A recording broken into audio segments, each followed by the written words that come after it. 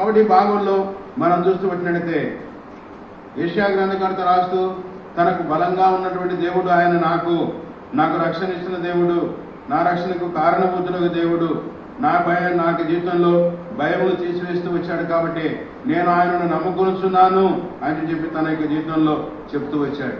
అంతేకాకుండా నాకు కీర్తనకు ఆస్పదుడైన దేవుడు, ఆయనను నేను కీర్తించడానికే, ఆయన నాకు ఇచ్చిన రక్షణను బట్టి నేను ఆయనను స్తుతించడానికే, గణపరచడానికే, నా పక్షాన బలమైన దేవుడు చేసిన కార్యాన్ని బట్టి నీకు స్తోత్రములని చెప్పి, నాకు రక్షణాధారమైన దేవుడు అని చెప్పి ఎలాగైతే యెషయా గ్రంథకర్త గణపరుస్తూ వచ్చాడో నీ జీవితంలో నా జీవితంలో మనం కూడా ఈ యొక్క మధ్యాహ్న కాల సమయంలో ఆయన యొక్క బలలో పాల్పొందే ముందుగా ఆయన నీకు నాకు ఏమైనాడు ఇక భాగాన్ని మనం జ్ఞాపకం చేసుకుని మనం గణపరిచే వారంగా మనము పరీక్షించుకొని ఆ యొక్క బలమును పొందలేకపోతే బలమును నాకు ఇవ్వు ప్రభు అని చెప్పి మనం ఆయన సన్నిధిలో అడిగినప్పుడు దేవుడు మనల్ని బలపరిచేవాడు ఉన్నట్లుగా మనం చూస్తూ వస్తాం.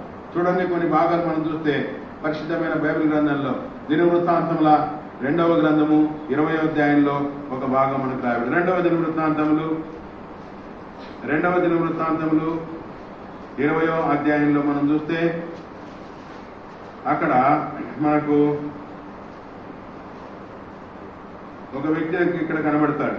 2వ దినవృత్తాంతములు 20వ అధ్యాయంలో మనం చూస్తూ వచ్చినట్టయితే ఇక్కడ మనకు యెహోషాపాతు రాజు మనకు కనబడుతూ వస్తాడు. యెహోషాపాతు రాజు మీదకి శత్రువులు దండెత్తి వచ్చారు. చదవండి మొదటి వచనము. ఇది అయిన తర్వాత మోయాబీయులను, అమోనీయులను, మోయోనీయులలో కొందరును దండెత్తి యెహోషాపాతు మీదకి వచ్చిరి. చూడండి, ఈ మాట మనం చూస్తే తనకు జీవితంలో శత్రువులుగా ఉన్నటువంటి 4 గుంపుల వారు తన మీదకి యుద్ధానికి దండెత్తి వచ్చిన వారు ఉన్నట్లుగా మనం చూస్తూ వస్తుంటున్నాం.